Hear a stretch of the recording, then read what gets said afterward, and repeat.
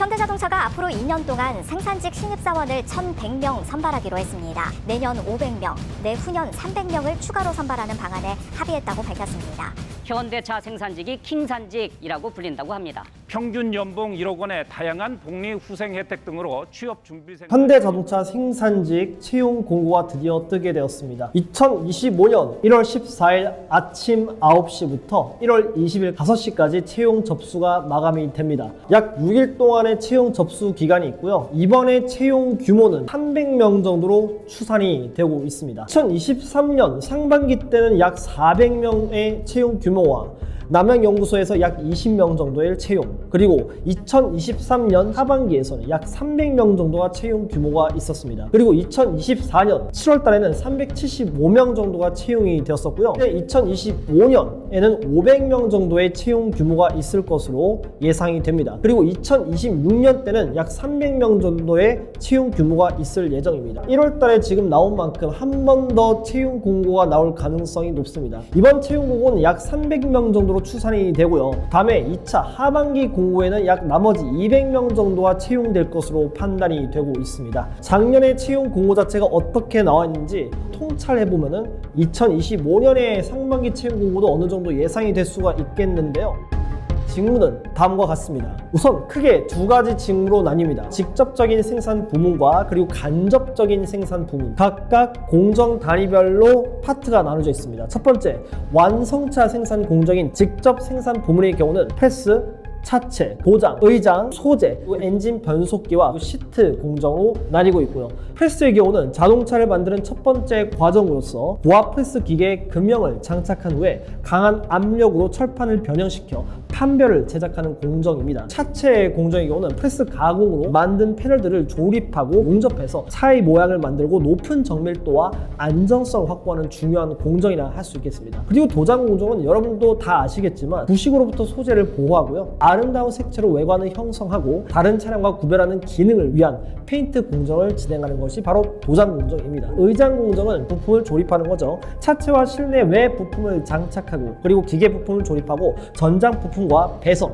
그리고 배관 작업을 함으로써 차량을 완성하는 최종 공정 단계라고 보실 수 있을 것 같습니다. 파워트레인 시트 생산 공정의 경우 소재 쪽에서는 완성차 엔진 및 변속기의 기초 재료가 되는 주물 소재, 주철, 경합금, 단조를 생산하는 공정이라고 말씀을 드릴 수 있겠고, 엔진, 변속기의 경우는 소재 공정에서 생산되는 엔진 변속기 부품을 조립해서 완성차의 엔진과 변속기를 생산하는 공정으로 알고 계시면 될 것 같습니다. 시트 공정은 여러분도 다 알다시피 완성차에 탑재되는 시트를 생산하고 공정을 관리하는 단위라고 보시면 될 것 같습니다. 간접 생산 부문입니다. 크게 세 가지 직무로 구성이 되어 있습니다. 첫 번째가 설비고요. 두 번째가 생산 관리 쪽, 세 번째가 바로 품질 관리. 이 세 가지 파트로 구성이 되어 있고요. 설비 관리의 경우는 말 그대로 설비 공정 자체를 단위 설비들을 관리하는 것입니다. 자동차에서 생산해서 필요한 자동화 설비의 어떤 최적 상태와 유지, 보수, 정비를 통해서 양산 품질과 가동률을 확보하고 최적화된 업무를 수행하고 있습니다. 주로 어떤 설비 점검과 예방, 예지, 그리고 계획 보전과 고장 조치, 사후 보전이라 하죠. 그리고 신설비 도입을 통한 최적 사양을 반영한 등 일련의 제반 업무를 통해서 생산성 향상 자체를 추구하고자 노력하고 있는 직무라고 말씀을 드릴 수 있을 것 같습니다. 두 번째, 생산 관리입니다. OM이라는 단어가 있죠. 맨, 인적 자원, 매테리얼, 소재 또는 원부 자재, 그리고 머신, 설비, 그리고 메소드, 공정, 이 네 가지 관점에서 생산을 전체적인 어떤 환경을 관리하는 것으로 보면 될 것 같습니다. 실적, 그리고 납기, 생산에 있어서의 지표 관리 등등등, 제조 과정에서 자재의 어떤 불출과 자재 입고 보관, 배치 등 물류에 있어서의 적재, 창고 관리, 이런 전반적인 간접적인 어떤 생산에 관여되고 있는 여러 가지 행정 업무 또한 함께 맡고 있습니다. 세 번째로 품질 관리입니다. 공정 품질, 완성제에 대한 품질, 또 설비 품질, 이 세 가지 관점에서 품질을 관리를 하고 있는 건데요.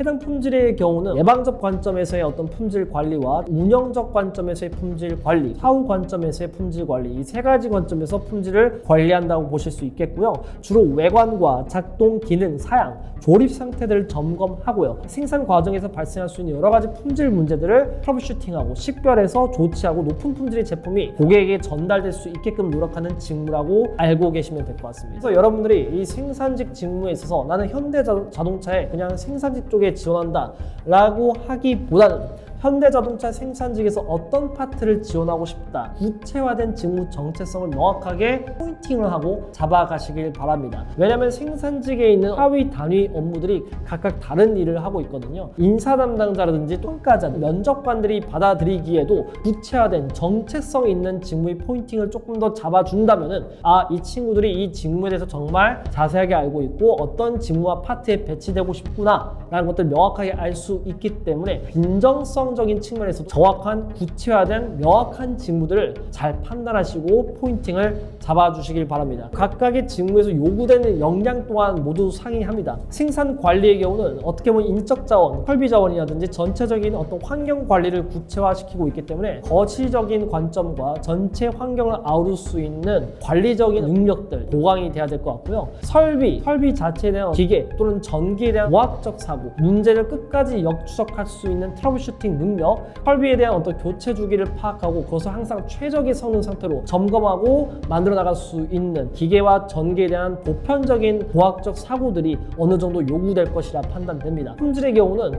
꼼꼼함이라든지 제품에 대한 육안으로 식별해 나갈 수 있는 정교함, 정밀함, 세세함 표현할 수 있겠고요. 설비와 파라미터 데이터 같은 것들을 분석하고 이것들이 가동 자체가 잘 되고 있는지에 대한 분석 데이터, 즉 데이터 분석 능력 또한 함께 확보가 되어야 될 것입니다. 각각의 직무에서 요구되는 역량이 상이하고 있기 때문에 각각의 직무 정체성과 요구되는 역량과 경험, 경력 그리고 스펙 데이터들, 자격증이라든지 이런 여러 가지 경험들을 함께 교집합을 시켜나가면서 자기소개서를 구성을 하셔야 될 것 같습니다. 2024년 바로 직전 7월 달에 나와 있는 채용 공고를 자세하게 한번 보도록 하겠습니다. 먼저 전형 단계는 다음과 같습니다. 첫 번째, 지원서 접수를 하겠죠. 두 번째, 서류 전형 평가를 하는 겁니다. 자기소개서 또는 이력서에 있어서 여러 가지 정량적 그리고 정성적 평가를 통해서 합격자를 아마 갈아낼 것입니다. 그리고 세 번째, 1차 역량 면접이죠. 인적성 검사와 함께 동시에 이루어지고 있는데요. 인적성 검사의 경우는 자동차 구조학이라든지 일반 상식 그리고 HMAT라고 하죠. 현대자동차의 어떤 인적 자료 해석, 언어 이해, 정보 추론, 공안 지각, 도식 추리 등등등 필기 시험을 함께 보게 될 것입니다. 역량 면접은 본인이 갖고 있는 이 직무에서 요구되는 역량과 부합하는지에 대한 어떤 스킬셋을 판단하겠다는 게 바로 역량 면접입니다. 이 직무를 충분히 수행할 수 있는가, 직무에서 요구되는 자동차 공학에 대한 보편적인 지식, 과학적 사고, 전자, 전기, 기계, 화공, 화학 등 전공 과목에서 여러분들이 자동차 공학에 기여할 수 있는 부분 자체가 있는지를 판단하는 것이 바로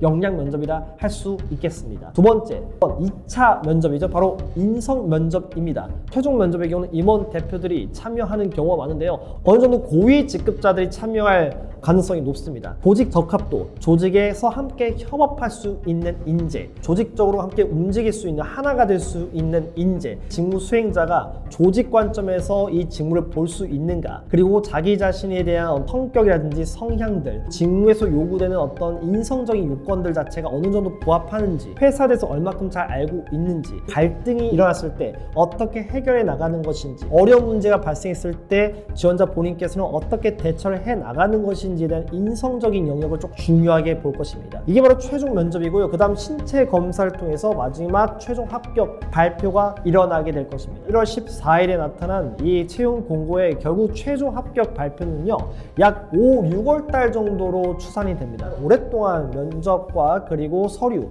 인적성, 자기소개서 이런 전체적인 서류 프로세스들이 일어나거든요. 그래서 꽤 장기간 동안 진행이 되는 경우가 많습니다. 긴 호흡을 가지고 직무를 준비하시길 바랍니다. 작년에 나왔던 자기소개서 항목은 어떻게 나왔냐? 1번, 자신이 모빌리티 기술 인력이라고 생각하는 이유와 그리고 남들과 차별화된 본인만의 강점을 기술하십시오. 700자 이내로 써 있는 거고요.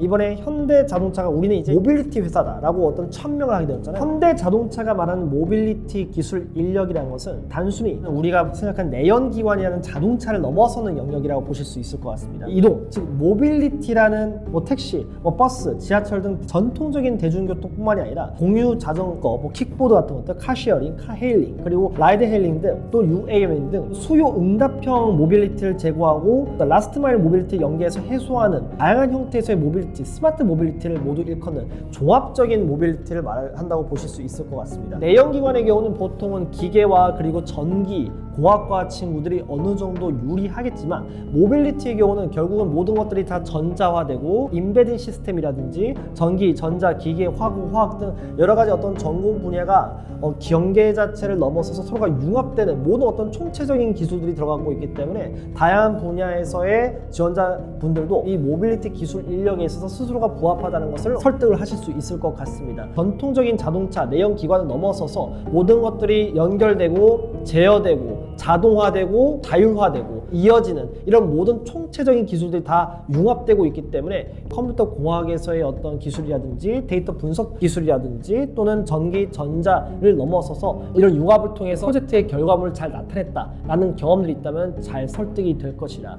판단됩니다. 자기소개서 2번의 경우는 협업을 통해서 문제를 해결해 본 경험과 그 과정에서 느꼈던 본인의 성격적인 단점과 그리고 이를 극복하기 위한 노력을 말씀해 주세요. 협업을 통해서 문제를 해결해 봤던 경험 그리고 그 과정에서 느꼈던 본인의 어떤 단점들을 명확하게 표현을 해야 되겠죠. 여기서 어떤 실패 경험 같은 것들을 소재로 둬도 괜찮습니다. 3번의 경우는 스스로 목표를 설정해서 달성해 나가는 과정에서 겪은 어려움과 그리고 극복해낸 경험을 말씀해 주십시오. 어떻게 보면 2번 항목과 굉장히 비슷한 경험이긴 한데요. 협업의 과정 속에서 나타났던 여러 가지 갈등 같은 것들을 어떻게 해결하고 그 해결에서의 본인이 갖고 있는 한계점이라든지 스스로가 이런 것들이 많이 부족하구나라는 것을 인성적으로 나타내는 항목이라고 하면 3번의 항목의 경우는 조금 역량에 치중된 항목이라고 보실 수 있을 것 같습니다. 2번은 협업과 인성이고요. 3번은 본인이 갖고 있는 이 직무에 대한 여러분이 갖고 있는 성과, 목표 이런 것들을 조금 더 가져가시는 게 좀 좋을 것 같습니다. 따라서 다시 한번 종합해서 말씀을 드리자면은 자기소개서 1번 항목의 경우는 모빌리티 기술 인력, 즉 차세대 기술에 대한 대응 능력, 새로운 기술들이 융복합되고 있는 이런 4차 산업혁명 기술에 있어서 지원자 본인께서 얼마큼 대응할 수 있는지에 대한 어떤 미래지향적인 어떤 능력 자체가 1번 항목을 의미하는 거고요. 2번 자체가 바로 협업과 인성, 갈등 어떻게 해결할 것인지, 3번 자체가 결국 여러분들이 갖고 있는 주력 경험들, 프로젝트 경험이라든지 이 직무를 잘 할 수 있다는 무효 성과들을 배치를 하시면 되겠습니다. 2025년 자기소개서 항목 자체가 어떻게 나올 것인지는 아직은 나와 있지는 않지만 굉장히 비슷한 구조로 나올 가능성이 높다고 생각합니다. 보통은 도전, 협업적인 것들, 그리고 목표를 향해서 끊임없이 노력했던 경험들, 모빌리티 기술 인력에 있어서 지원자 본인께서 앞으로 어떤 것들을 준비해야 되는 것인지, 기술 인력에 있어서 외부적인 환경과 기술적 트렌드는 앞으로 어떻게 변화하고 있고 나는 어떻게 그것을 준비를 해 나가야 될 것인지, 지원 동기, 입사 포부, 보통 이 정도의 영역에 대해서 자기소개서 항목이 나올 가능성이 높다라고 생각합니다. 2025년 상반기 채용 공고의 경우는 서류 합격자는 약 2월 중순에 발표될 예정이고요. 2월 말에는 아마 인적성 검사가 이루어질 예정입니다. 3월 달에는 1차 면접과 4, 5월 달에는 최종 면접을 실시를 할 겁니다. 최종 합격자는 5, 6월 달에 발표될 예정이고요. 자동차 생산 부문 합격자는 6월과 7월 달 두 차례 나눠서 현대차, 그리고 울산, 아산, 그리고 전주 공장의 생산 현장에 배치될 예정입니다. 연봉 1억 1천의 현대자동차 킹산직 채용 공고 2025년 1월 14일 날 다시 한번 영상으로 돌아와서 여러분들과 함께 자기소개서 항목 분석 그리고 해석해보고 함께 해부해 보도록 합시다. 함께 이번엔 꼭 무조건 합격하시길 기원드립니다. 자, 함께 열심히 한번 해봅시다. 화이팅!